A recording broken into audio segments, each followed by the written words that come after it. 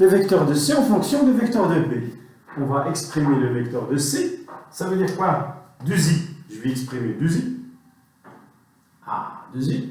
À quoi c'est égal 2i? Je vais exprimer i moins k. Et je vais exprimer quoi? 2j. En fonction des vecteurs de B. Ça veut dire en fonction de i, de j et de k. De i, de j et de k. De i, de j et de k. C'est ça exprimer l'ancienne base en fonction de la première base, la deuxième en fonction. Donc ici, plus. Et je dois trouver les coordonnées. Alors, comment? C'est quoi 2i? 2i, c'est quoi? C'est 2, c'est 2i. 0, 0. C'est bien ça. Hein? C'est quoi i moins k? C'est 1 ici, ici 0, ici moins 1. C'est très facile ça. Cette opération, elle est vraiment facile. 2j, c'est quoi? C'est 0 ici. J, c'est 2. K, c'est 0. Voilà. J'ai trouvé ma matrice de passage, c'est quoi? Donc, vous allez dire directement, le passage P, c'est quoi? Vous allez prendre ces vecteurs, vous allez les mettre ici. Donc, je vais dire 2, 0, 0. Prenez cette ligne, vous la mettez en colonne. Vous prenez cette ligne, vous la mettez en colonne. Ça veut dire 1, 0, moins 1. Et vous prenez cette ligne, vous la mettez en colonne. 0, 2, 0. Ah, ça c'est le passage, c'est la matrice de passage de la base B à la base C. Ça va? Ça c'est la matrice de passage de la base B à C. Donc vous prenez cette ligne, vous la mettez en colonne. Prenez cette ligne, vous la mettez en colonne. Prenez cette ligne, vous la mettez en colonne. Bien. Une fois que vous avez trouvé le passage, c'est bien. Je peux, avec ce passage-là, je peux déduire la nouvelle matrice. Hein? Ça, c'est la deuxième méthode. Je peux en déduire la nouvelle matrice. Alors, je vais effacer ça et je vais garder ma matrice de passage toujours.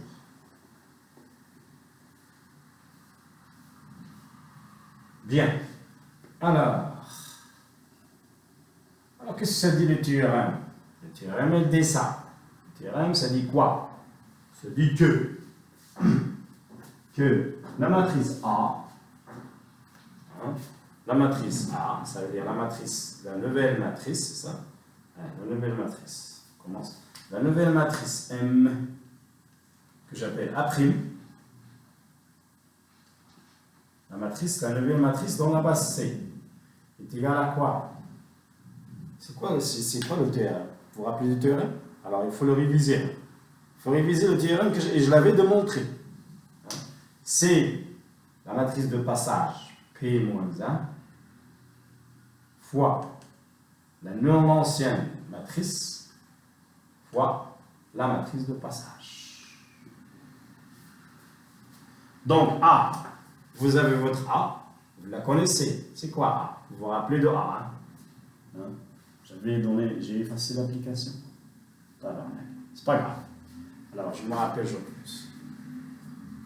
C'était quoi? C'était la matrice A, vous l'avez dans la vidéo. Vous allez multiplier votre matrice A, l'ancienne matrice, fois P-1. P-1, c'est très facile de la calculer, de la trouver. Hein? Faites P-1 et vous multipliez tout par P. Et vous trouvez la nouvelle matrice. Ça, enfin, c'est un peu long. Ça, c'est long. Pourquoi vous devez trouver P et vous devez trouver P-1. C'est pas difficile de trouver P-1 en fait. Regardez, il suffit de trouver les déterminants suivant cette ligne. Et comme matrice, c'est facile et tout ça. Vous faites la multiplication de 3 matrices et vous trouvez la nouvelle matrice. Ça va? Donc, et voilà. C'est bien.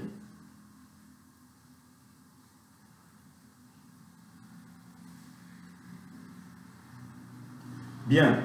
Alors maintenant, la question, c'est que on va essayer de voir la diagonalisation de l'ancienne matrice que j'avais donnée au début.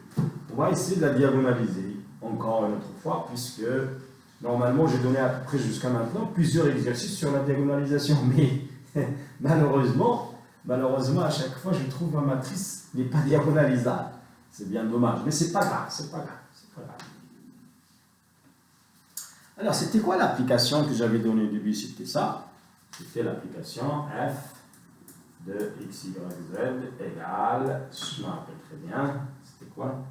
C'était 2x.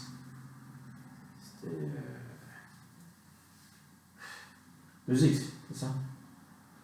2x moins z moins x y moins z.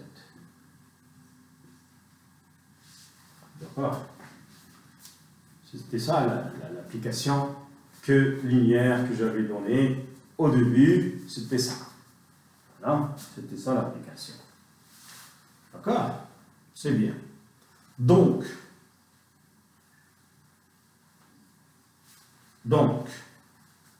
je vous demande de donner maintenant, diagonaliser cette matrice. Ça veut dire quoi? Ça veut dire trouver la matrice, c'est ça. La matrice, c'est A.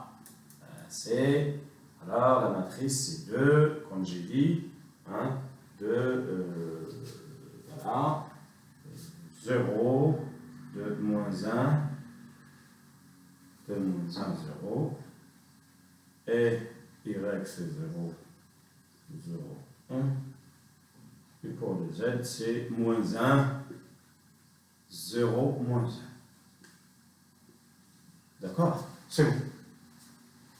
Alors, je vous demande de diagonaliser cette matrice. Ça veut dire quoi? Trouver une matrice diagonale. La matrice, c'est F, c'est la même chose. C'est trouver un espace, un environnement où la matrice peut devenir quelque chose de diagonal, quelque chose de facile. Donc, on va utiliser les mêmes méthodes. Ça veut dire qu'on va essayer de trouver le déterminant de 1 moins lambda i. Donc, 1 moins lambda i, le déterminant de 1 moins lambda i, c'est quoi? Ça va être égal à 2 moins lambda, moins un moins lambda. Ici, vous avez 0, moins 1, 0, moins 1 ici, 0, 1.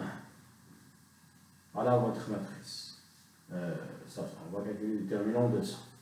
C'est bon? Alors, pour calculer ce déterminant, qu'est-ce que je vais faire? Je vais, par exemple, donc je vais suivre la deuxième ligne. Alors, suivons la deuxième ligne. Donc vous avez la deuxième ligne. Donc, ici, c'est la 2 plus la 1. 2 plus la 1, ça fait 3. Donc, c'est un moins. Donc, moins 1 fois moins 1, donc c'est 1 fois déterminant 2. Je fais ça, moins 1. Voilà, cette ligne, je vais ôter la ligne et je vais ôter la colonne. Qu'est-ce qu'il y a ici? Un 0. Alors, je vais avoir quoi? Je vais avoir quoi? Je vais avoir 0, 1. 0, 1, ici. Moins 1, moins lambda. Moins 1, moins lambda. Voilà.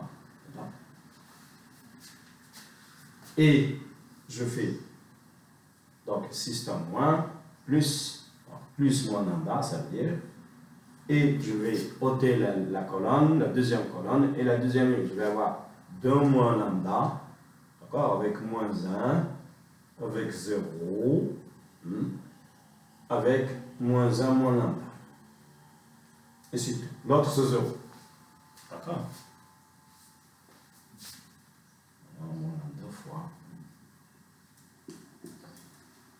C'est bon?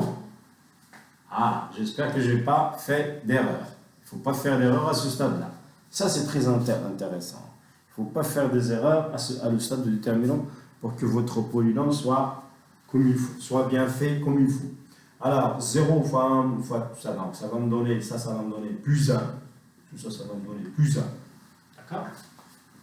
Ici, 2 moins lambda fois 1 moins lambda. 2 moins, c'est ça. Donc, moins lambda facteur de 2 moins lambda fois, avec 2 fois moins lambda, donc je vois 2 fois moins lambda, que multiplie moins 1 moins lambda. Ça veut dire 1 plus lambda avec un signe moins ici. Un signe moins. Et l'autre c'est 0. 0 fois moins 1.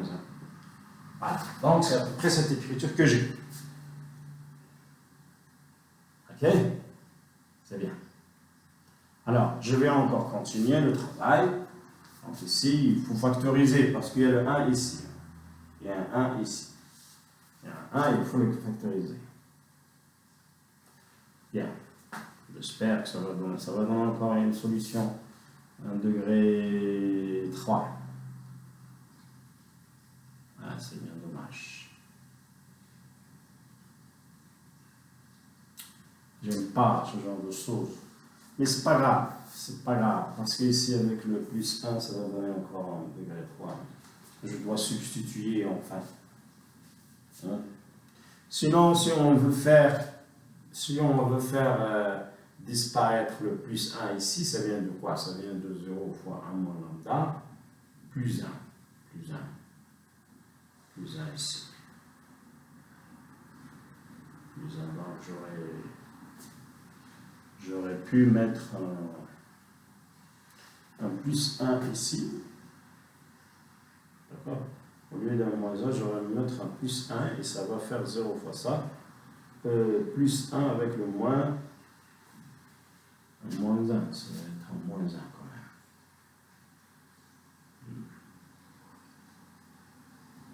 même. En tout cas, on continue notre travail. C'est pas grave, c'est pas grave. On continue notre travail. Donc, on va essayer toujours. Donc, j'aurais dû laisser l'application. Le tableau est très petit. Alors, vous calculez le polynôme caractéristique. Dans ce cas, il faut bien développer les choses pour trouver le polynôme caractéristique. Pourquoi? Parce que c'est bien dommage que vous ne tombez pas sur une identité remarquable. Mais regardez, à l'examen, ce que je vais faire, je vais vous donner des matrices qui sont bien faites. Des matrices qui sont bien faites pour que vous puissiez trouver un degré 2, ou bien que vous puissiez factoriser. Ou bien, si je vous donne, par exemple, une matrice un peu compliquée comme ça, avec un degré 3, je vais essayer de vous donner la racine particulière. Je vais vous donner la racine particulière. Alors, je vais passer à l'autre vidéo.